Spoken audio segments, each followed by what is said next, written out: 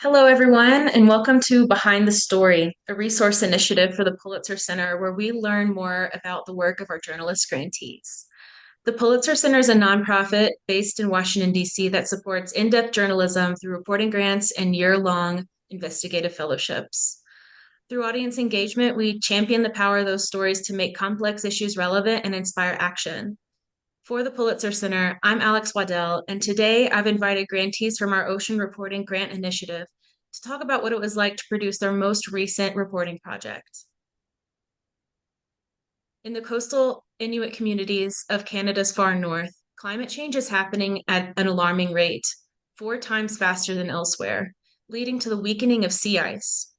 Inuit are grappling with these profound impacts on their traditional livelihoods in their coastal communities, which are disproportionately affected by climate change.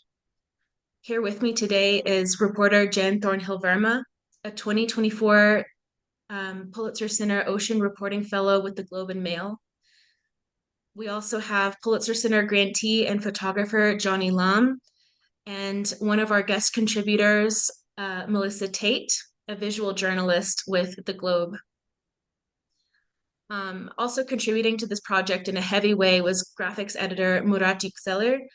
And those were all part of the Globe's team of journalists committed to explaining and documenting in locally and culturally relevant terms the severity of the impact of these changes and how Inuit communities are taking matters into their own hands. The series includes 2 stories published in print and online, as well as a sea ice glossary. Both stories describe community-led adaptations, first to the weakening of the sea ice, and second to the threats that sea life is facing. Jenn, Johnny, Melissa, thank you all for being here. I sent some questions ahead of time, and you were so kind to help me with this entire presentation, as well as bringing some photographs together for us to illustrate our conversation. So if you don't mind, let's jump in with the first question. Jenn, I want to ask you, when was the moment that you knew that this was a story worth telling? Thanks so much for having us, Alex. Really appreciate this opportunity. For me, it was a few years ago, around this time, end of January, and Joey Egnatok, who's one of the sources in this reporting, a really key source. I knew him as a fisherman, and I had undertaken some reporting where I'd interviewed Joey previously, but he messaged me around this time a few years ago and said the ice is forming, but not like it should. And that prompted me to do reporting. Unfortunately, I did that remotely. I wasn't able to go to Nain or Nunatsiavut. But I did that with the Globe back in 2022. I think we did a great job of explaining the problem, but it really didn't go deep enough on local context and culture and data. So we had used national and international data.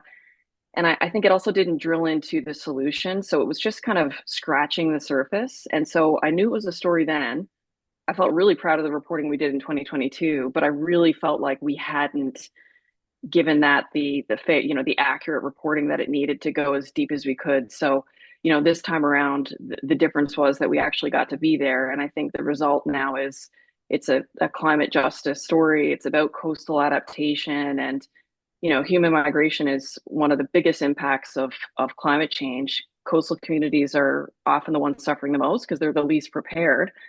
And yet this is a story about communities who are prepared and resilient and determined. So, we knew we had a story the first time, but we knew we needed to go deeper and much more local the second time around.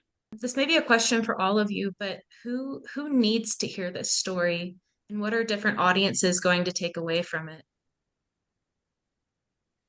Yeah, I think when we set ourselves up to tell this story, certainly the second time around and having spent time in the region to do the in the field reporting was that, first and foremost, it was the communities that we were writing about.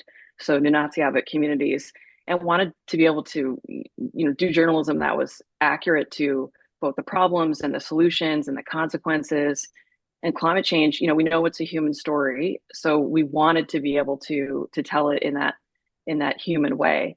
I think everyday Canadians, because they don't necessarily realize the importance and integralness of Inuit relationship to the land and ice and water. And so, there's certainly a message for everyday Canadians, especially too, because this is a climate justice, environmental justice story. And again, I think Joey Agnetak probably captured that the best when he said to me while he was being interviewed, we see the changes, but we didn't create the changes. And yet, when you look at the breadth of adaptations that they have underway in the Nunatsiavut, it's incredible. And then I think, as I was saying earlier, because coastal communities in many ways face this gap in adaptation to climate change, it's right at their shores and creeping up on their shores that it's for coastal communities. So, that was, I was glad that we had the opportunity in pre-reporting to really talk about that we wanted to do reporting that first and foremost was relevant and came back to the community, but also had this broader relevance as well. I think for the Globe, it's also this is a goal overall when we talk about we do stories that focus on climate adaptation and solutions. And I think that a lot of folks at the Globe were really excited about this story because it's like a grassroots sort of adaptation with people who, again, didn't cause any of the climate changes, but are severely affected more so than people across the center of the country who live far from a coast. So we're always trying at the Globe to enlighten people who don't live in these areas, but also connect it to people who live on the other side of the country or the top of the country, that sort of thing, who might have a similar effects. And it might not even be ice, it might be forest fire or flood related, but the ways that people are taking into their own hands and combining with some lack of policy and lack of help, but using science to the best of their ability. Yeah, that's great. It is absolutely disproportionate. I mean, some people, climate change just means you don't wear your winter clothes as much or something. And for others, it means totally upending your life. So it's important to document that. Um, so how do you think that this reporting fits into what is happening in the rest of Canada and in the Arctic region today? Yeah, I think there is more examples of indigenous-led climate adaptation and environmental stewardship. And I think internationally, it's important to know that Canada is on a reconciliation journey, and so there's more reporting on restoring Indigenous sovereignty to lands and waterways. And in Canada, you hear that under land back, fish back. I mean, in many ways, I think that this reporting is in keeping with that. But what I would say differentiates it because there has been a lot of reporting on sea ice weakening, for example. I think what we tried to do was to relay the problem in a way that was locally and culturally relevant. And so, as I was pointing out earlier, when we did share the problem in that 2022 reporting, as opposed to this past December in 2024, we were using satellite imagery. It did show the scope of the problem, but it didn't contextualize it in a way that was meaningful for people who live in Nunatsiavut. And then the other factor is I think a lot of the reporting will go deep on a single solution. And what we wanted to be able to do was to show the breadth of the solutions that were underway. Because when your world is impacted as deeply as it is here, there's no single approach that you can take. So, you have to do everything. And I think that's what this really showed. It showed like locally driven approaches that were mitigation strategies, but also adaptation. So, sea ice stations, community ice stations. Here you're seeing a picture of Joey Agnetak fishing for plankton using something they call an ice shark premised off a basking shark. I mean, that's technology that's developed in Nunatsiavut. So we wanted to be able to profile the breadth of these adaptations that are happening. And I think that's what differentiates like this reporting as well. Yeah, and I know really getting on the ground and getting out there must have been quite the journey. And even this story, it touches on the difficulty of sea ice travel and the growing unpredictability of the weather in that region, due to, whether it's infrastructure or climate challenges. Um, Johnny and Jenn, what did it take for you guys to get out there on the ice? I mean, we knew going in. This had been I'd been to the region previously, and I'd reported about the region remotely prior to that. So we had a good sense that weather on the coast often delays flights. You're in these Twin Otter flights; they're small haul flights. So making sure you just had extra time allocated on either side of your expected travel. Kind of expect anything. It was the first time I'd ever had to budget for having, snowmobiles. We needed to have a guide as well. We were going 50 kilometers out on the sea ice in unfamiliar territory for us. And just as an example of that, in the Nain area alone, while the sea ice is solid at this time of year, at the end of March or through March, there are these known open bodies of water or rattles, and there's 20 of those alone in the Nain area. So we certainly didn't want to get caught in a situation where we didn't exactly know where we were. And then, just practical things like the clothing preparation. But I think the biggest thing was time. I mean, the reporting that we did here was in many ways years in the making, because it was contacts that I'd started to develop in previous reporting, including reporting for the Globe and Mail. So, the bigger preparation was, I think, making sure that we were there at a time that made sense for community, and we were able to plan our reporting trip at a time when there was a climate conference happening. So there were community members from across Nunatsiavut gathered in Nain at that time as well. And to add to that as well, at the beginning of a few slides back, we saw a giant red sled. So that was basically our taxi ride upon arriving at the Nain airport. We got picked up and we were told to jump in. So we threw our bags ourselves in that giant sled, and then we were being towed behind a snowmobile to our hotel. So that was definitely an experience I've never had before. And also logistically, it was challenging for a photographer to pack for a trip to a place where he's never been before. So the first thing comes to mind was cold. Okay, well, being Canadians, we can dress for the cold and pack for the cold. That's not a problem. But what about, photographic equipments? Knowing that these planes are so small and they have such little capacity for baggage. So we were prepared that some of our equipments might not arrive with us on the same plane, that could potentially create problems. And for this particular assignment, I actually packed lighting gear for me to use for on location lighting, which later on in the presentation will show you some of that. So that was a bit of a challenge, but in the end, we got very lucky, and everything arrived with us on time. Yeah. The other thing is, because Johnny, we forget this. Like, Johnny and I met for the first time on the way to Nain. I mean, we had thanks to the Globe kind of putting us together. We knew each other and we worked together, but you so rarely as freelancers have an opportunity to go report in the field with a colleague. I mean, let alone go report in the field at all. So, I mean, that in and of itself, but we got on like a house on fire, as people say in Newfoundland, and it was awesome. It was awesome. Oh, that's so great. That's so lucky too, to find someone you can collaborate with like that. Yeah. So you said you didn't, there were things you didn't expect, like what was it? The sleigh that said Frank's on it, the little taxi. So, I'm sure you ran into a lot of unexpected things, but what's something that people wouldn't know about these areas unless they visited?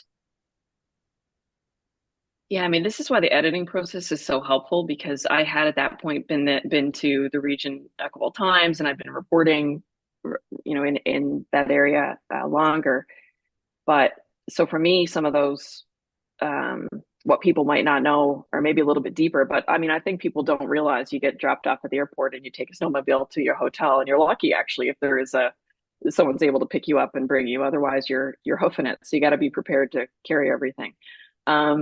But for me, it was things like when people talk about the time of year, they talk about two times a year. They're traveling on the ice or they're traveling on the water. And so when you consider that, like, the sea ice is taking longer to freeze and it's growing thinner and it breaks up earlier, it means that there's this longer in between period between when the ice is strong or when it's clear water. And so what we heard a lot of people tell us is that it means that this time of year, November, December, January, now it's starting to be, and still, they don't have the extent of sea ice that they'd hope to at this time of year, is that they can feel very landlocked.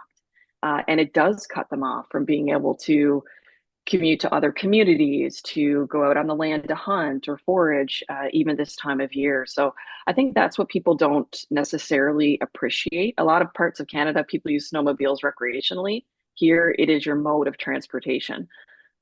So, just an example of some of the really important day-to-day life that everyday Canadians, I think, wouldn't appreciate or understand.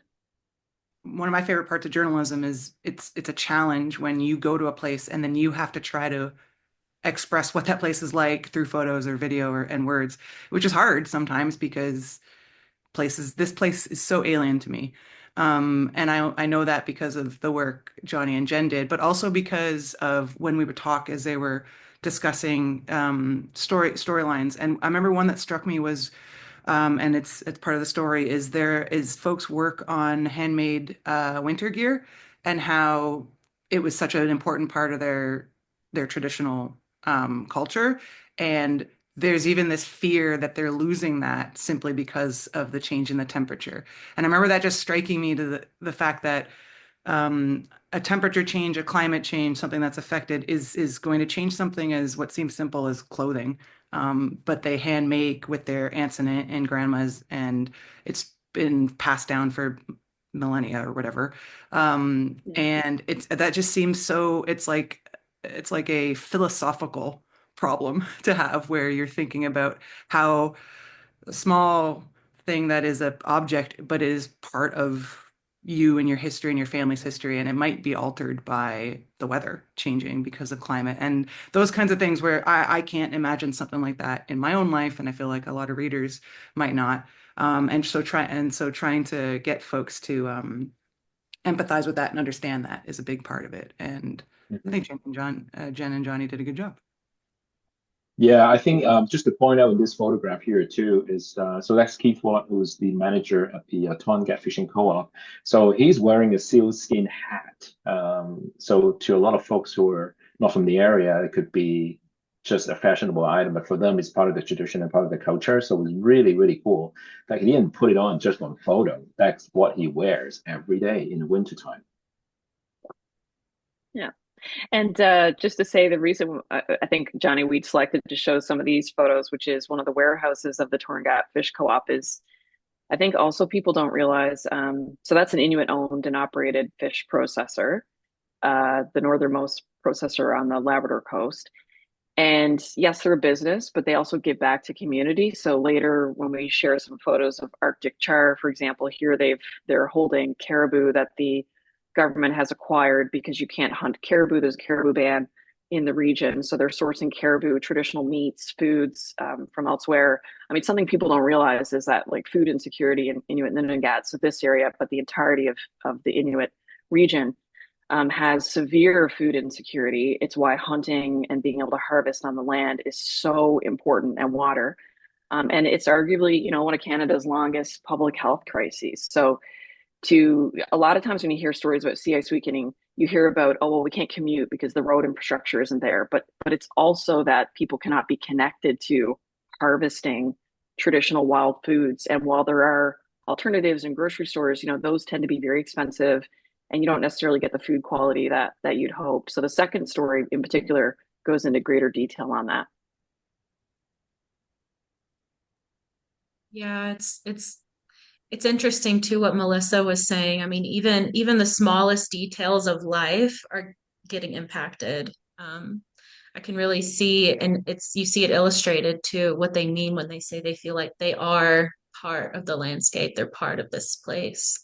Um, I think that's one of the more impactful parts of having such good imagery with the story. Because it really does become real. It becomes tangible. Um, so, when you're working with a community like this, and they've been historically misrepresented, how are you earning trust?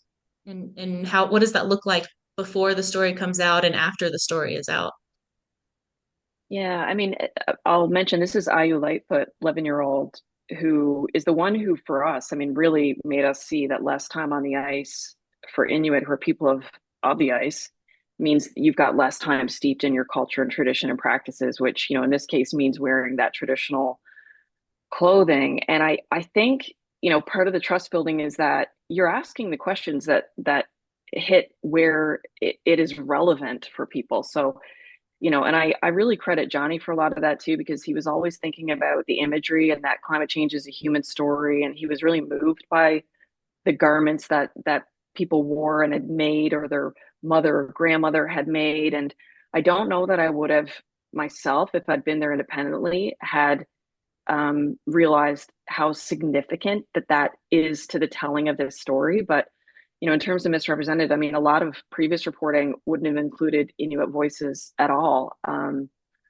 And earlier I talked about kind of, Canada being on this reconciliation journey. And so there's more stories about restoration of sovereignty, Indigenous sovereignty to lands and waterways. And I think that shows up in this reporting. And we had to be able to be, I think, equipped to interview sources and community members and elders and knowledge keepers and youth from a place of we can't possibly know, but we couldn't have come there with ignorance. And so I think a lot of it is like taking the time. This, we didn't show up there. And I think we were also dealing with, we heard a lot from sources who'd had previous encounters with news media that hadn't put in a lot of time in pre-reporting, were there for a very short period of time. And then, you didn't hear much from them before. And that was as important. I mean, the product was as important as the process, like really making sure that we were doing our due diligence and developing relationships and just wanting to in an effort to explain this problem and its solutions, do it in a way that was accurate and not contribute to that misrepresentation. Mhm. And I also wanted to add to that as well. It takes time to build trust, and especially a place where you've never been to before, people you've never met. And I think in journalism, one of our biggest challenges is having sufficient time given to a particular assignment. Often, photographers can run between 2 or even 3 assignments in a day. So with fundings and grants available to us, such as the Pulitzer grant, we were able to spend a bit more time with the community, talk to the people, share a meal with them, and actually attending the climate change conference really made a huge change and have really helped us significantly in building trust with the community and the people we photograph. So it was very, very important. And I hope we can continue to get fundings to do the work such as these ones, which is very important.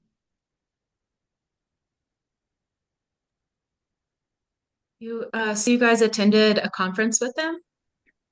Yeah, we were really lucky because I mean we timed the reporting trip because we knew the conference was happening, but it was because I think we put in a lot of legwork to the pre-reporting, and I mean even at the grant application phase, we had connected with the organizer who was planning to do this community conference because it's as Johnny points out, it's an area that's expensive to get to. I mean, it's one of the most expensive places to fly to, certainly in the Canadian context where airline travel is already pretty expensive.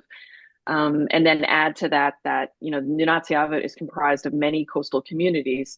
We would have loved to have gone to each one of those, but this was an amazing opportunity where you had community members from different communities all congregated in Nain, which is the northernmost community on the Labrador coast. So, we there was actually at least one other news media outlet that was there at the same time of us who did not have access to that conference, and we didn't report or take photographs or anything in the room. We were there strictly to listen, but we did follow up on leads. That's how we met IU, for example, and their mother TJ.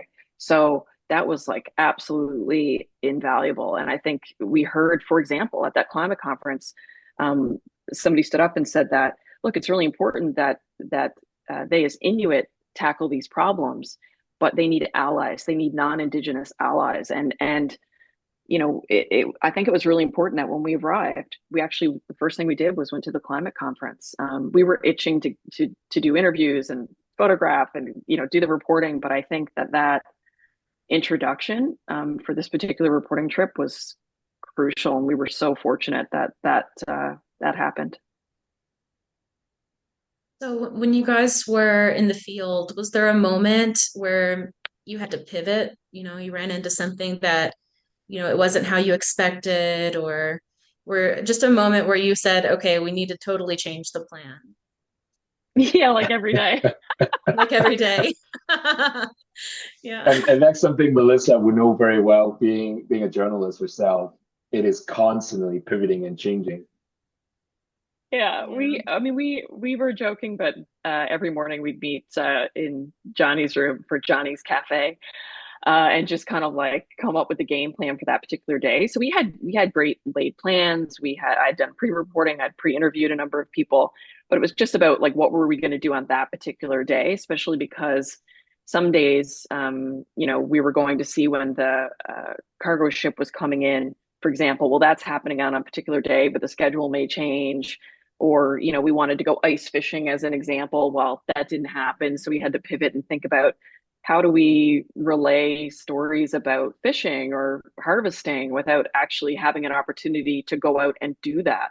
So, I mean, every day was trying to recalibrate and just think about some of the key themes that we were trying to hit. And I don't know, Johnny, do you want to speak to that? Because that was something we really wrestled with. Like, is this a sea ice Mhm. story? Is it a people story?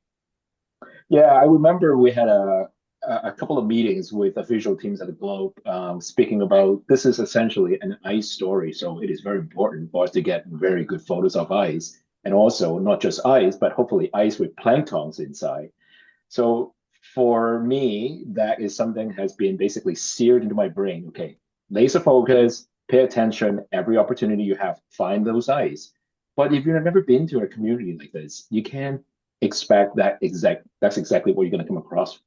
Is there will be a block of ice there waiting for you to go and take beautiful photos of it.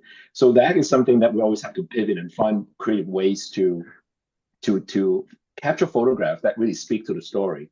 And in this photo, you see there's a couple pieces of ice in Joey's hand, and that came completely by chance. That he just really wanted to take us out in the field as he was doing his research in measuring sea ice thickness as well as collecting water samples. And as he was putting the auger into the ice and trying to get a hole through so we can lower the ice shark into the ground, there are pieces of ice, like shards of ice, kind of flying around onto the surface. And then when I saw them, and I asked Joey, why is that ice brown? And he said, oh, that's because there are planktons inside. And then there it was. That was the moment when the light bulb gone off. I'm like, that's it. That is the photograph that we've been talking about. And so I asked him to pick up the pieces of ice and then hold them against the light so we can actually have some sort of backlit effect in the photograph to illustrate what we're trying to talk about in terms of Pantone bloom. Yeah. So you really had to know what you were looking for and take advantage when you came across it. Yeah, I wanted to add to Johnny because like I'm a visual journalist, so I work in the field. I'm not somebody who makes decisions usually and does project management up top, but so I've had Johnny and Jenn's experience often, and it makes me laugh to hear about the pre-planning, pre-production because we always do it, all journalists do it in good faith, hoping we're aiming for this, but it really only matters when you're there, and also going back to having the time and the money to be able to go to somewhere like this. The Globe, we all know how the media landscape is, and the Globe is always struggling in a country like Canada to travel to places like this to be able to afford to do this kind of work. So grants are incredible in that instance for even media organizations, big time. And so that's why. It's all it like the whole so that money and time is what is needed to get people like Jenn and Johnny into a place where they can learn and build trust and do everything they've been talking about so that they can then have to pivot because everything that they thought might be completely wonky because they're not from there. And it's also I know Johnny also spoke about photographers trying to and any journalist really trying to do things quickly and sometimes remotely if they're writing. Um, a lot of, and I know we'll talk about it later, the people representing their own stories is really important. There is, and I think one of the reasons places like Pulitzer Center and when the Globe sends journalists into places, it's still very important because you have somebody like Jenn and Johnny who are experts in their field speaking to people who live in a place that are experts in their field. And that's when you can mix it up, hopefully correctly, to get a good story and find plankton in ice magically that I will never see in my life except for through Johnny's pictures, I'm sure. Yeah, And probably me this neither. and Jen, you may want to talk about too is that in story two, we talked a lot more about food, and obviously we wanted to go there and capture fishing or fish during a season when everything is frozen solid and there's not much fishing going on. And in this photograph, you see that's a fish processing plant, and they had about 6 feet of ice in most places, and the truck is completely frozen. But we came across through a conversation that there was a community freezer, and so we asked for access, and we were so lucky to be given access to photograph it. Yeah, that was another. I'll credit that to putting in the time because I know that again there was another media outlet that had requested this and were denied access. And there's all kinds of things in the community freezer. There's seabirds. There's and it changes. It varies. So like, how lucky were we that we were actually trying to connect the change in bloom timing with plankton because the sea ice is receding earlier. It's speeding up the bloom timing and kind of think about the cascading effects for that for the entire marine ecosystem, including the types of country foods that Inuit depend on, and Arctic char being one of those. So the fact that there was a plentiful supply of Arctic char at the community freezer, we were very fortunate that we were able to have access to that. Jen, do you want to explain what the community freezer is?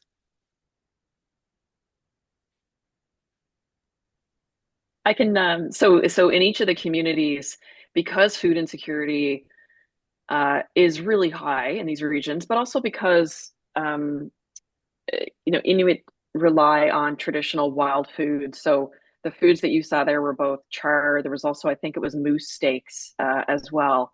Earlier, you saw the antlers because in addition to sharing meats, they also will share things like antlers so that they can be used to create goods, creative goods. So it's one of the ways that the local Nunatsiavut government has supported improving food sovereignty, access to country foods, and its consideration for the fact that not everybody is able to get out on the land or ice or water to be able to harvest themselves. So you see that right across the board, and there's some really exceptional exchange programs too. So because you can't, for example, harvest caribou, the government sources it from elsewhere. I know there's an exchange in Labrador with cod and char from the south coast to the north coast. So the community freezer is really important, and people can go there. Beneficiaries who live in the Nunatsiavut can go there daily and acquire items at the community freezer.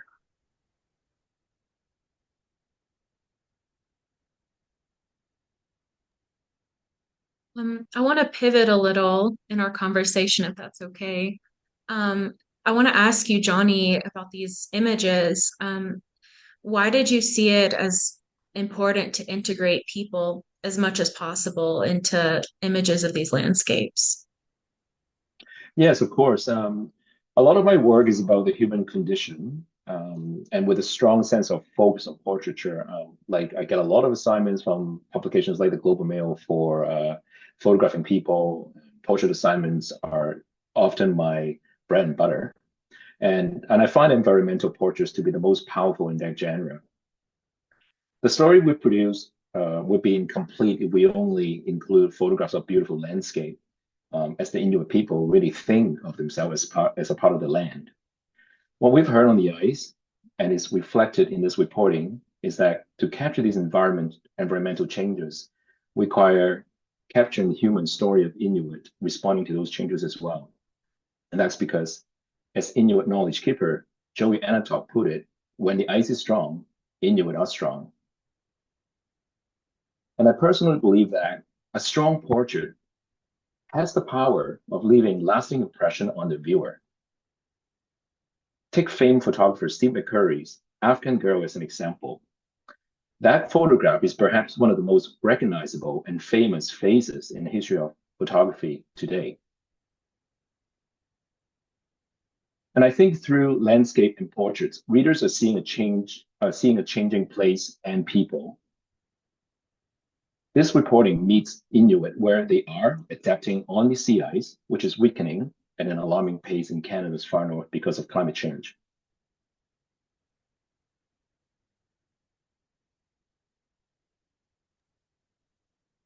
Yeah, and I should mention this is Toby Kojak who actually did the sea ice glossary. But in the portraits, Johnny, that you just shared, I mean, it also comprises everyone from Elder Sue Webb, Gus Dicker, Ron Webb, knowledge keepers like Joey Agnetak, Rex Hallwell, who works at Smart Ice. You saw the mother child, TJ Lightfoot, IU Lightfoot, Chaim Anderson, who's the climate change coordinator with the Nunatsiavut government and organized the climate change workshop.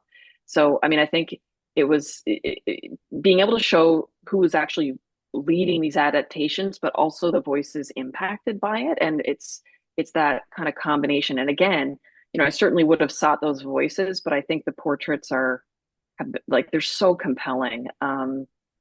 And you couldn't tell this story otherwise. I think there's a lot of examples of climate change stories that don't use the humans involved, the people involved, the communities involved. You see environmental devastation, but this being an adaptation story, we absolutely wanted to be able to share the people doing the work that impacted. Yeah, thank you both. So yeah, you mentioned the glossary. That's a really unique aspect of this reporting to have that standalone resource. And I learned a lot from it. I never looked at ice or snow the same way again. But just to understand the absolute intimacy with the climate and with their um, is is breathtaking, honestly, just because as we mentioned, just they're so well integrated into everything that's going on, whether by choice or by force, unfortunately, because of all the adaptations that they have to make.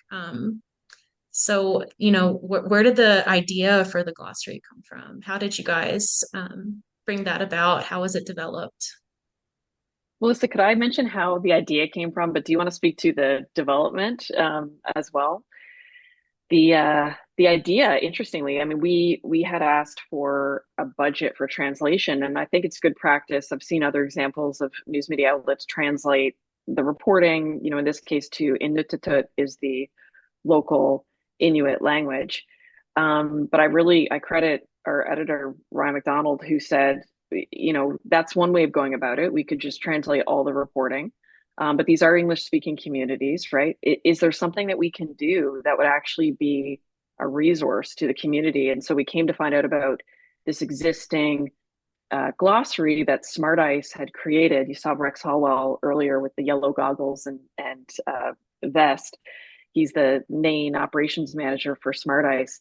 And so we learned that a group of elders working with Smart Ice had gotten together to create this sea ice terminology book. And in part, it's both an exercise in safety, but also culture, because you want to be able to relay the time when the sea ice is freezing, when it's safe to travel on the ice, when it's breaking up. But what the terminology book lacked was it was a PDF format. It didn't have a digital format. And so, I think we, at the time when we were in the field, we didn't know that we were going to create this product. Fortunately, we met Toby, who you saw sandwiched between Johnny and I. He was a local announcer and translator. And we did have the foresight to ask him if he would narrate the entire Smart Ice sea ice terminology book, and he did. But we still had a lot of work ahead of us. So, Melissa, I don't know if you want to speak to that in terms of how it came to fruition and the digital experience. Yeah. I remember in one of the meetings before you guys had it out, you had introduced the glossary as something that you thought was really important to try to publish in some way. And it was a PDF, and it was not visually dynamic. And throwing a document up onto a story is something we have done in the past, but why would we do that if we have the time and the resources to put towards it? And also, and also it struck me because growing up in Canada, there is like a misinfo kind of myth about the fact that Inuit have many words for snow. It's like this. If you look it up, it's even got like there's like the myth of it is on has its own Wikipedia entry, and when I heard about this, I was like, there's 51 terms, correct? Yeah. Yeah. I was like, that's wild. That's almost exactly that old saying that people grew up saying kind of derogatorily in a derogatory way, honestly, because they're not thinking about the wealth of like it was like a joke almost, people being unfair. And then this is actual show the fact that they actually have created this glossary because there is a reason that they have not that many words for snow or ice, just augmented ways to speak about it because it's every single day of their life is determining what type of ice is safe to travel on or where to hunt or how to judge the ocean, everything. So it struck me and I said, well, we should show this to Canadians who have no idea and who may have grown up with that unfair idea in their head and see how cool this is, basically. And so I don't remember how much we'd done before you left, but then you magically had Toby record everything, and Johnny did his best to photograph certain types of this snow. And then we contacted Eldred Allen, who's a photographer from Rigolette, right? And I think he's also a Pulitzer Center grantee.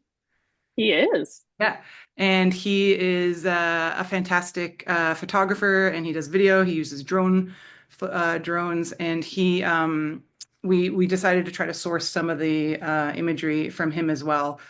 I can't remember at what point we decided that, but basically the idea was to allow for the entire point, from my understanding of Smart Ice, was to allow the Inuit language and those terms to stay and to have people continue to use them, to understand what they also mean in English for Canadians, and to keep them as an actual glossary. So we just thought this would be a perfect opportunity to record and publish actual Inuktitut language with English and the pictures. And so one of Jenn and Johnny went out and magically recorded all that and gathered everything, kept it very organized. And one of my colleagues, Chris Manza, developed the actual glossary to have its own design. And then we took Toby's audio and the pictures, and through a lot of complicated work, with Jenn being very organized, thank goodness, we were able to, and Johnny too, were able to put it together. And I think and people at the Globe were really happy with it because it's abnormal for a story. Doing something like this, and it's kind of one of the things we often say we want to solutions focused journalism, and we want to be inclusive, and all, people talk the talk, but this was one of the ways that we were walking the walk, we hope. And also it was very collaborative with Smart Ice and the community, and they had to fact check everything. Nobody speaks Inuktitut in the newsroom. And so it was a lot of work, and a lot of relying a lot on folks at Smart Ice to be open to allowing us to publish this in the way that we were choosing to, but with their guidance and their okay on everything. And I think it worked out pretty great in the end. Yeah. Yeah, I think so too. I think it was, I mean, we say we did two stories, but really this was it is a standalone digital experience. So it added a whole other element to it. But I think, in the end, everyone is super happy. Everyone got the idea because this, like the PDF that we were describing is used in local schools. It facilitates learning of the language. And there's a lot of reclamation of trying to learn the local Inuktitut language. So, this just makes that even more possible to be able to hear the terminology. And to Melissa's point, I mean, journalism is an act of verification. And in a case like this, where yes, I'd recorded with Toby, who's a translator, we still shared back that audio with the Smart Ice committee that had created this sea ice glossary. And they came back and they said, actually, could you edit the pronunciation on this? And we had to re-record some terms. So it required a lot of back and forth, but I hope it can be an example. There's many Inuktitut languages. There's other terms that other parts of Inuit Ninengat use for sea ice and snow. And so, this can be an example elsewhere. Yeah, I can only imagine the back and forth of the copy review process, like making sure that each picture is exactly what you want to look for when you have this type of ice Yep. formation. I must admit, I did not know what we got into until we were doing it, and it was, yeah, which makes sense, and like that's part of the job. That's when you're doing the job well, when it is hard and it's a challenge, and I mean the what Jen had to do to verify things and had to go back and forth with committee folks who also were out on the land half the time, which is really complicated. So I'm very grateful for all their work because yeah, it was hard, but I think it worked out great. Yeah. And it could be life-saving too, just from the stories. It's so important to know these things when you live out there. I do like to Um, think that there's some young folk who may look at it on their phone. I don't it like it's kind of difficult in our role too. We hope that we try our best to make sure the reach is as far as it goes, but we don't really have that much control over it. So and now with the way Meta is treating news in Canada, it's very unfortunate. We're not allowed to share our content on Facebook and Instagram. It's very frustrating, but I think that something like that could permeate through, especially the like teenagers on their phones, that kind of thing. Yeah, um, agreed. um, I want to go back to maybe the sort of review process. So you've gone in the field, you've gotten everything, that you need to put together. You have all these facts and all these images. How did you decide on the storytelling itself? Like how did you decide to bring readers into this story? This may be a question more for Melissa too, as well as Jenn. Mm-hmm.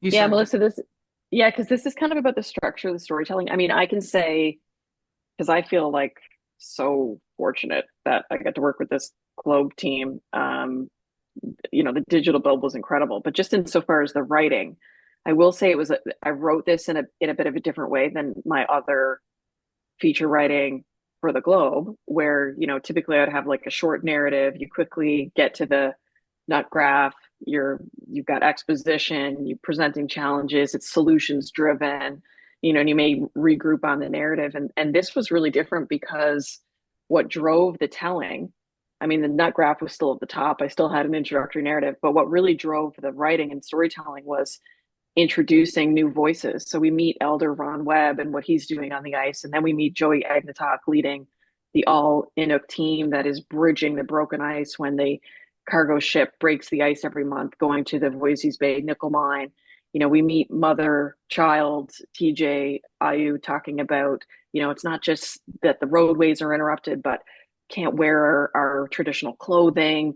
And that was really different. And I think the difference is that just like in the portraits, and you see the people who are doing this work and impacted, it's also their voices that made the narrative progress. So that was challenging, and it was different than anything I'd ever written anyway, but certainly also for the Globe. So I really appreciated that I was able to do that. And I thought the digital build did an incredible job of taking you through that story. And actually, some of the text I'd written, like when the cargo ship is coming through, ended up being a caption. But because of its placement, you're reading top to bottom.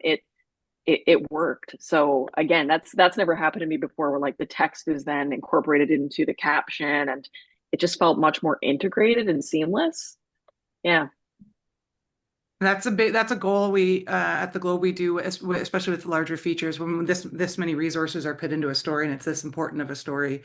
Um, we are, I mean, digital first.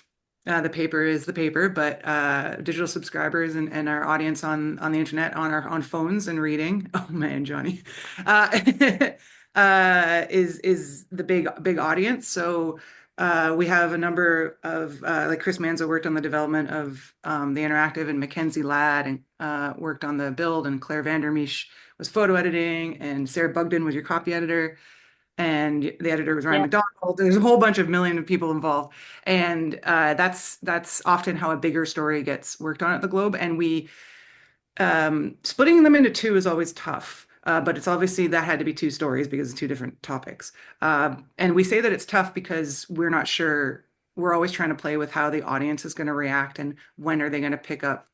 Um, like, are they going to read part two and not know? So we have to try to plan the actual designs to point people back to part one, for example. But the biggest thing is having Johnny and Jenn there and recording the people's interactions and having photos and video and all the elements integrated is like, I hope, the best way to actually put people in the place.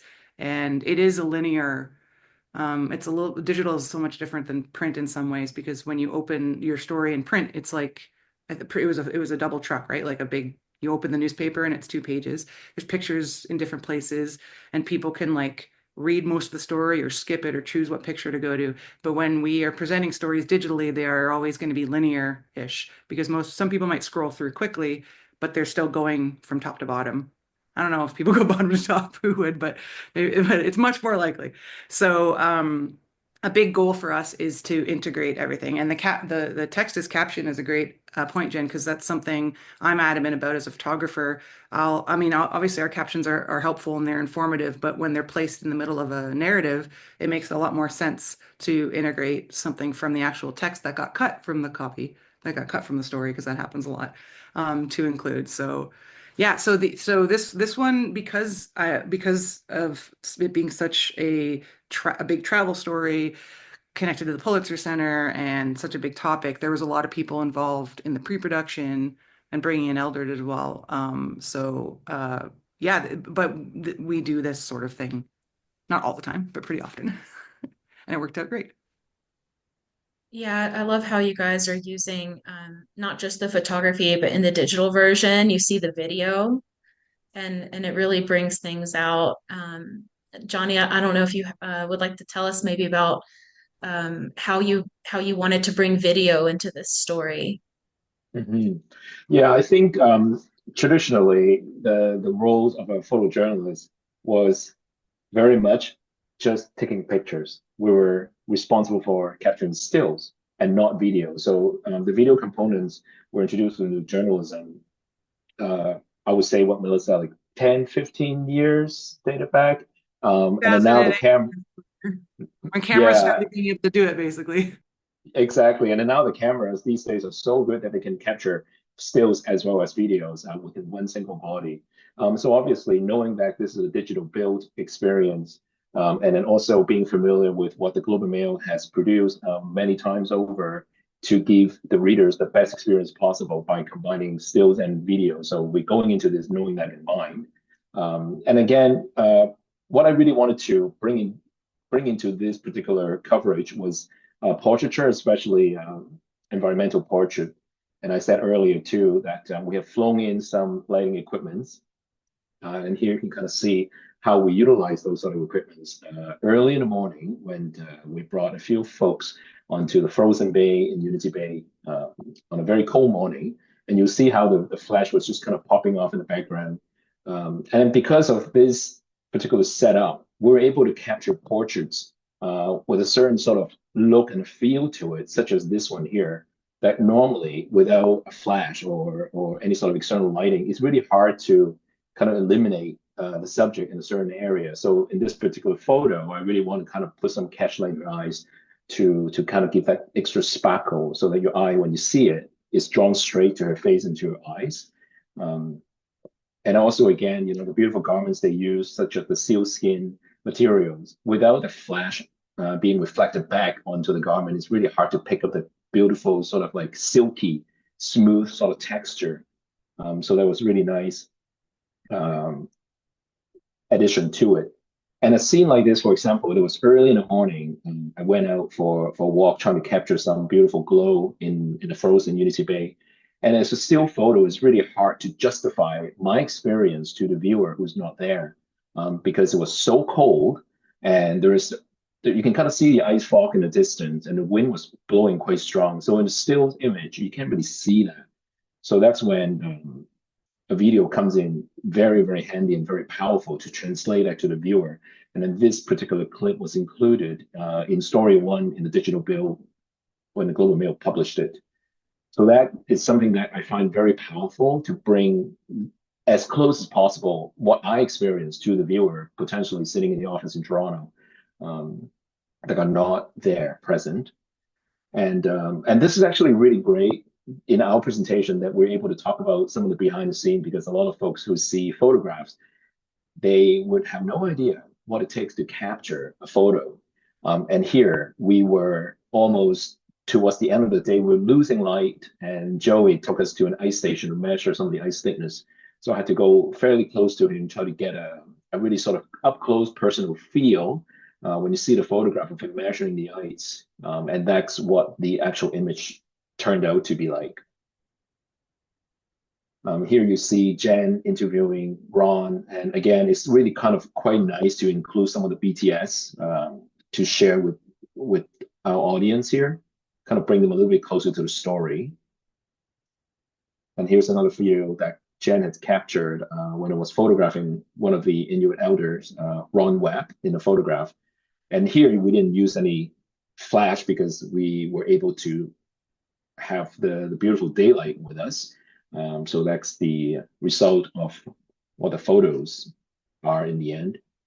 And Jenn spoke about the experience of the Yumi and kind of doing a crossing, breaking through the ice highway. And again, this is something that is, through a still photograph, is really, really hard to justify the experience that I had and what I felt when I was there. Because we were standing around, in the end, about 15 feet from the icebreaker. And as it travels towards us, you can feel the ice beneath our feet shaking. And this ship was so giant, it's literally the size of probably, a 10-story condo or 8-story condo passing in front of you. So in a still photograph, you can't really, share the experience with the viewer. So that's when video comes in handy to try to bring the experience as close to the viewer as possible. And I think this particular clip was combined with 3 separate shots because I had to travel and run, literally running along with the icebreaker to capture the different angles. And in the end, I think Melissa did a cut to something quite similar to this and included in the digital build in the end. And I'm not gonna lie, that's a little terrifying about the icebreaker there. That's incredible. It really does change it when you see it in video. And so the crew who was digging over the bridge, they were in such good spirit, you couldn't believe it. We were joking that if you want a cup of coffee as the icebreaker passed by you, they would stop and you could literally get on board and get a cup of coffee if you want because they've done it. So again, they had all Inuit crew digging out this completely frozen solid pontoon bridge from the ice just ahead of the Umiak crossing through the ice highway. And without a video, it's really difficult to show the audience just what it takes, the tremendous amount of work it takes to loosen up this frozen pontoon bridge. And you can kind of see them. They all having a smile on their face as they do it and telling jokes. The reason we wanted to use this example too, because it's obviously it's not climate that's breaking the ice. It's this big cargo ship that needs to service the nickel mine every month. I think it does it once or twice a month. But we wanted to show it because this has been happening for decades. The nickel mine would have never have been allowed to have this mine in place had Inuit not had a solution. And this is a solution that was developed. Ron Webb, Gus Dicker, worked with an engineer to create those metal pontoon bridges. And so they've got to get in there. Now Joey's leading the team. So he's kind of taken on this practice from the elders and, haul the pontoon bridges off. There's 2 locations, put them back on. And, it's wild being there because I think it just shows that many decades before there was an awareness that they would have to think about other ways of bridging broken ice, or they were already doing this leading practice and had designed it locally. Oh, I want to go keep going on this with the visuals and how we're presenting this story and the final product.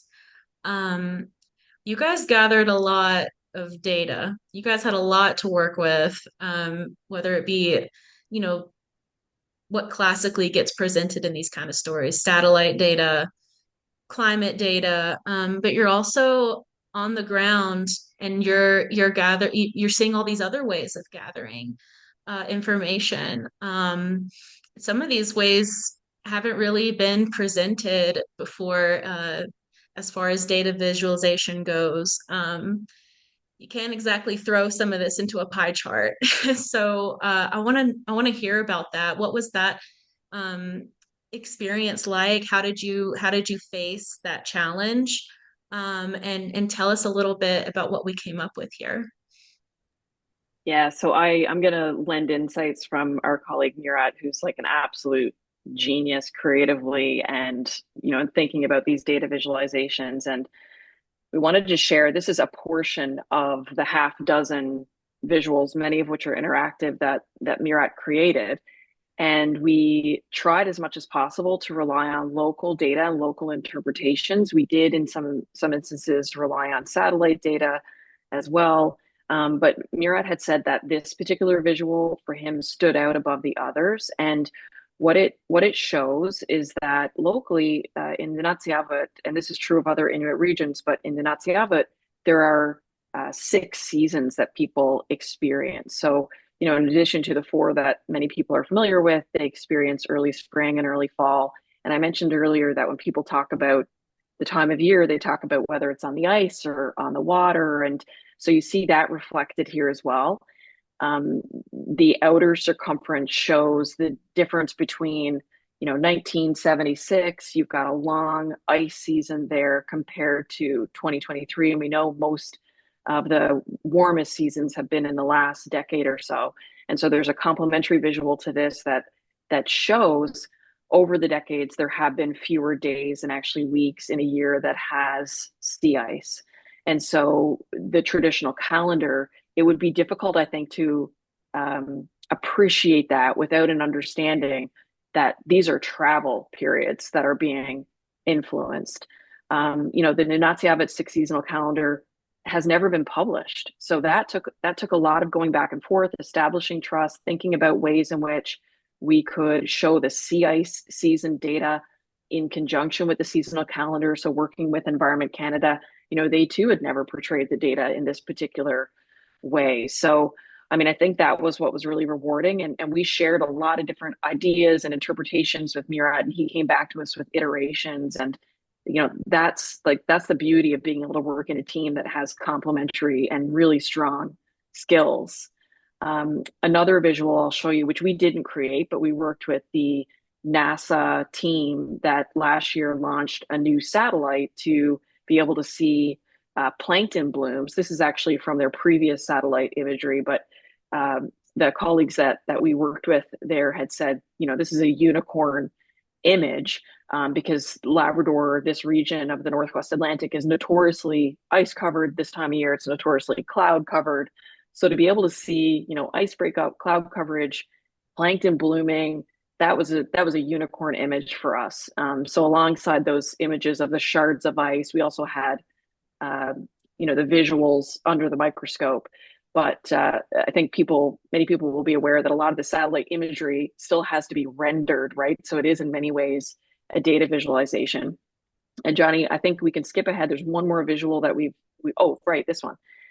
We also wanted to be able to we wanted to emphasize as much in this reporting the assets as the problem. So, in both stories, you see these interactive asset maps, and it gives you the idea that, although most of the imagery comes from Nain, that northernmost community, you can see throughout the Nunatsiavut region the wealth of adaptations that the community has developed across the entirety of Nunatsiavut. The same is true in the second story, looking at marine adaptations. So I think that's a nice compliment. It's one thing to be able to see, oh, look, every community has a sea ice travel booklet. Here's Brianna Bishop, and Eric Oliver, who helped work with community to develop these handheld sea ice travel booklets, for example. So we wanted to be able to show what do they look like in your hand, but also where do these assets exist across the community. And then this one, entirely Murat came up with this. Many times when you see sea ice weakening, it relies on satellite data, which this does, but it looks at sea ice extent on a geographic map. And what he did was he actually created a heat map comparing all the years that followed to 1989. And it really shows, the weakening of the cold periods versus a warming period, and that we're very much in a warming trend now. So, again, with data visualizations like this, we were going back and forth with Nunatsiavut government and with community, not for validation per se in a case like this, but to be able to say, is this a way of relaying the problem that takes us a step further than I think previous reporting or data visualization has. So, big props to Murat for this, because he did a huge lift on both of these stories.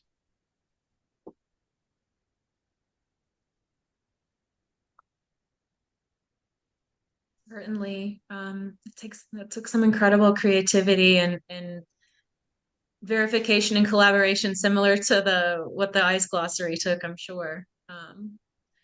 Yeah, it's absolutely fascinating, and what a privilege to be able to map that out for the first time for some of these folks.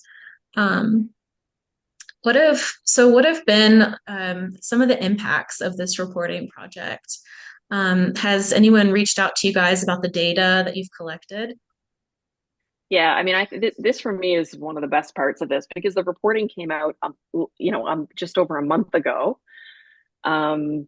And to see that there's any impact as yet, like that's incredible to me. I think probably one of the biggest impacts is that Environment and Climate Change Canada, so a federal agency here that works with communities to collect and collate and represent sea ice data, for example, back to community through the Canadian Sea Ice Service.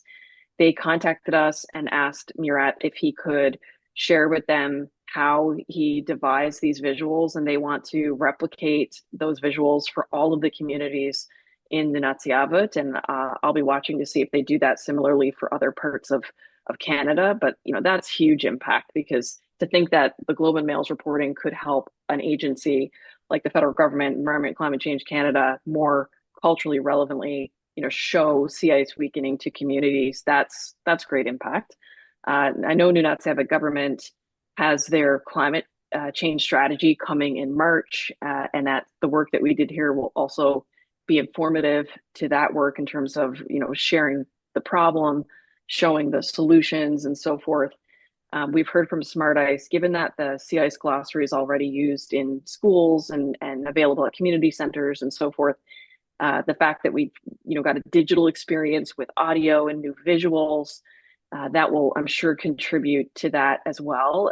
We're also right now working on postcards so that we can put some physical reminders in communities at important hubs like post offices and airports and cultural centers, so that it's a cue to people's attention that they can avail of this reporting, which, there's no paywall. It's free to access. The Sea Ice Glossary in particular, you go to the link, you're there. You have to subscribe to see the other stories, but at no cost. So we wanted to make that as easy as possible as well. And Johnny, you've got one story that I felt like it's a personal story that you heard from a friend of yours, but I think is really impactful. Do you want to share that? Yes, absolutely. So this story I got from a friend. His name is Billy Gautier, who's celebrated Inuit carver. The rooms in St. John's actually has one of his celebrated pieces in their permanent collection. So when I met Billy earlier, well, in the summer last year, I told him about the reporting we did in Maine, and he was very fascinated and interested. So I said, well, we also worked on CI's glossary. So when they become available, I'll send it to you. So when the glossary finally got published in December, I sent him a link, and then in about an hour later, he texted back to me. He said, I can't believe this is real. What I have done is I printed 51 pages and enlarged them fairly large on paper, and then I posted them everywhere in my house. And I want to learn how to pronounce every single one of these words in Inuktitut properly and learn about the definition of what they are. And that for me was a tremendous impact from a very grassroots level, from somebody from the community himself had said that they wanted to learn about this. So that for me was like, okay, this is really, really cool what we've done. And it's actually reaching people on a very grassroots level. That's wonderful. Thank you for telling us about that. Um, Johnny, Jenn, Melissa, thank you all so much for being here with me today. I don't want to take up much more of your time, but I really enjoyed our conversation. And the Pulitzer Center is very proud of this work that you've done with the Globe and Mail. And we're so happy to hear about the impact too. But today's conversation, I hope, is useful as well to some of our journalist colleagues, whether they be at the university level or professional level, or even general audiences, just to hear about what these kinds of stories can mean to people. We're very proud of this, and want to thank you guys for your time. Thank Thank you. you. Thank you. Thanks for Thank you. supporting it. I Yes, thank really you so much. appreciate the Globe appreciates the ability to partner with Jenn and Johnny and Pulitzer Center. It was a really great experience for us all.